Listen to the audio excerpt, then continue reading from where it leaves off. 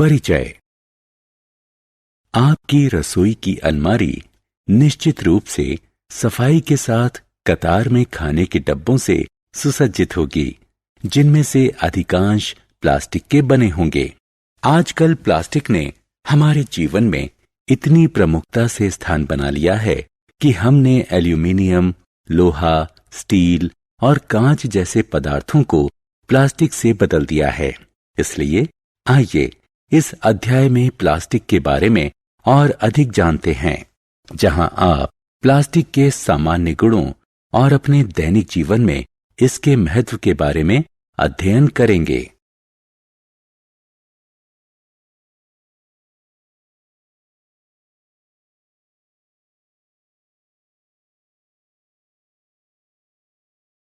उद्देश्य।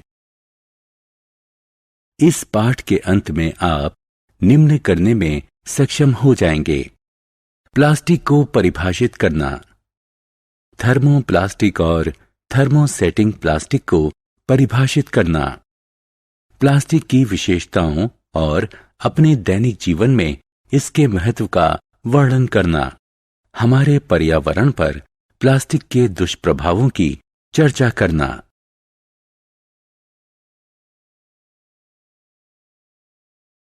प्लास्टिक क्या है? विभिन्न प्रकार के रूपों में ढल जाने, गढ़े जाने और प्रक्रिया किए जाने के गुणों के कारण इस पदार्थ का नाम प्लास्टिक रखा गया। यह रासायनिक रूप से प्राप्त किया जाता है, अधिकांशतः पेट्रोलियम और प्राकृतिक गैस के संश्लेषण द्वारा। संश्लेषित रेशे के समान प्लास्टिक भी एक बहुलक है, जो कई छोटी समान इकाइयों को मिलाकर बनाया जाता है। क्या सभी प्लास्टिक के इकाइयों की समान प्रकार की व्यवस्था होती है? नहीं, कुछ प्लास्टिक में रेखीय यानी लीनियर व्यवस्था होती है, जबकि अन्य त्रियकबद्ध यानी क्रॉस लिंक्ड होते हैं। प्लास्टिक के प्रकार। क्या आपने कभी ध्यान दिया है कि जब किसी पॉलीथीन बैग को जलाया जाता है तो क्या होता है? हाँ, यह पिघल जाता है और आप इसकी हानिकारक दुर्गंध के अलावा इसकी बूंदों को गिरते देख सकते हैं। क्या सभी प्लास्टिक जलने पर पिघल जाते हैं? आइए देखते हैं। गर्म किए जाने पर इनकी प्रतिक्रिया के आधार पर प्लास्टिक के दो प्रकार होते हैं। ये हैं थर्मोप्लास्टिक और थर्मोसेटिंग प्लास्टिक। थर्मोप्लास्टिक की घटक इकाइयों में रेखीय यानी लीनियर व्यवस्था होती है। गर्म किए जाने पर ये मोड़ने योग्य और मुलायम हो जाते हैं। अब इनको किसी दूसरे आकार में ढाला जा सकता है और फिर ठंडा किया जा सकता है। परिणाम स्वरूप ये बिना किसी रासायनिक परिवर्तन के कठोर हो जाते हैं, इसलिए इनका पुनर्चक्रण किया जा सकता है। थर्मोलास्टिक के कुछ उदाहरणों में शामिल है पॉलीथीन, पॉलीविनाइल क्लोराइड और पॉलीस्टीरीन। इनका उपयोग पानी के पाइप, जल निकासी पाइप, पैकेजिंग बैग और बोतल, खिलौने, कंघे, नष्ट करने योग्य कटलरी, सीडी और डीवीडी के केस आदि बनाने में किया जाता है। थर्मोसेटिंग प्लास्टिक में इसकी घटक इकाइयों की त्रियकबद्ध यानी क्रॉस लिंक्ड व्यवस्था होती है। इनको केवल एक बार पिघलाया जा सकता है और ये एक बार आकार लेते हैं। कठोर कर दिए जाने के बाद ये कठोर ही रहते हैं। बाद में गर्म करने पर ये मुलायम नहीं होते और इसीलिए अपना आकार नहीं बदलते। इसलिए इनका पुनर्चक्रण नहीं किया जा सकता। बैकलाइट और मेलामाइन। थर्मोसेटिंग प्लास्टिक के दो उदाहरण हैं।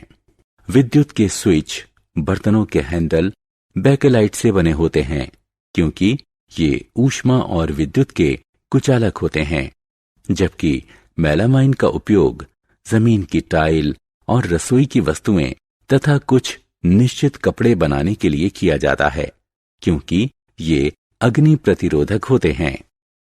पसंदीदा पदार्थ के रूप में प्लास्टिक। प्लास्टिक का उपयोग इतने व्यापक स्तर पर क्यों होता है? प्लास्टिक के बर्तनों का उपयोग अधिकांशतः अनाज, अचार, नमक और मसालों के संग्रहण के लिए किया जाता है, क्योंकि ये अपेक्षाकृत अनभिक्रियाशील और आर्द्रतारोधी होते हैं।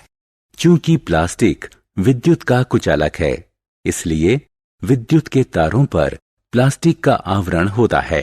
क्या आपने कभी ध्यान दिया है कि खाना बनाने के लिए उपयोग किए जाने वाले बर्तनों के हैंडल प्लास्टिक के होते हैं? प्लास्टिक के ऊष्मा का कुचालक होने के कारण हम गर्म बर्तन के हैंडल को आसानी से पकड़ सकते हैं। हमारे दैनिक जीवन में प्लास्टिक, ऐसा एक भी दिन नहीं बीतता जब हमने कोई ऐसी वस्तु देखी या उपयोग ना की हो जो प्लास्टिक की बनी हो।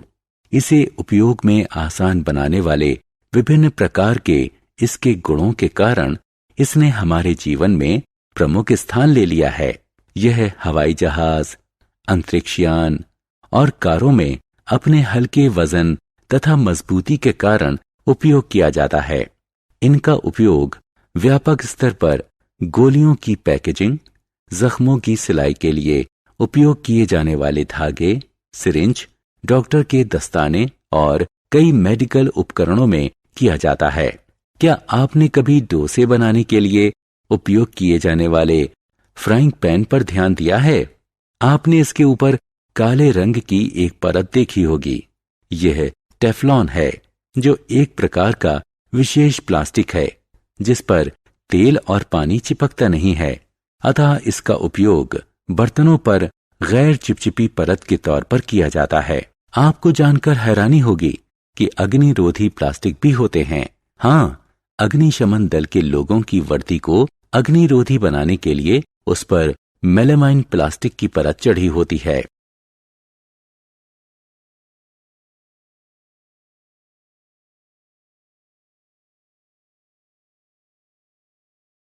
प्लास्टिक और पर्यावरण। क्या हम प्लास्टिक के बिना जीवन की कल्पना कर सकते हैं? नहीं, निश्चित रूप से हम नहीं कर सकते, क्योंकि हमारे नष्ट हो रहे प्राकृतिक संसाधन के इस समय में यह एक वैकल्पिक स्रोत है।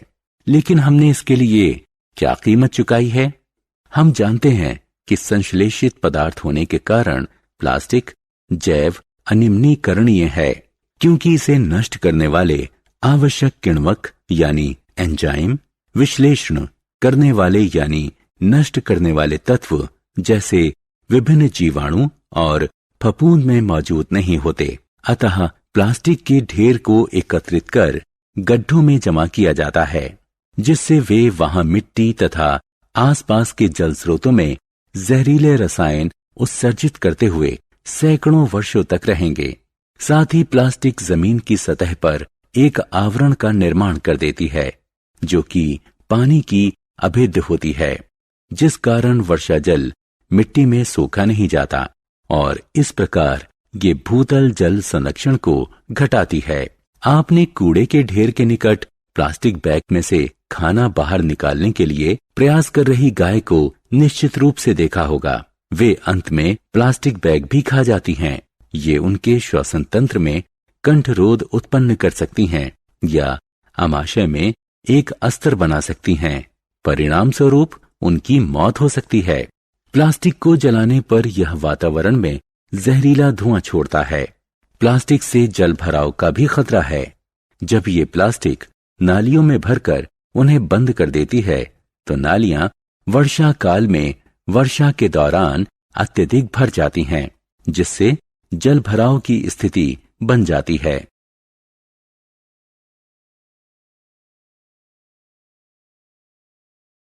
प्लास्टिक और पर्यावरण।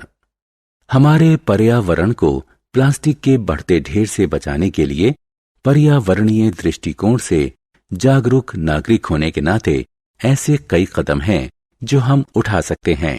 हम प्लास्टिक बैग को पटसन या हस्त निर्मित कागजी बैग से बदल सकते हैं। कहीं भी, विशेष रूप से सड़क पर या जल स्रोतों में फेंकने के बजाय प्लास्टिक बैग या अन्य पदार्थों को जैव अनिम्नीकरणीय के रूप में चिन्हित कूड़े के डिब्बे में फेंकें और इस प्रकार इन्हें जैव निम्नीकरणीय अपशिष्टों से अलग रखा जा सकता है। प्लास्टिक के अपशिष्टों को पुनर्चक्रण करने के लिए अपशिष्ट विक्रेता को बेचें। 4. आर की नीति का उपयोग करें, अर्थात रिड्यूस यानी घटाना, रीयूज यानी पुनः उपयोग, रिसाइकिल यानी पुनर्चक्रण और रिकवर यानी पुनः प्राप्ति।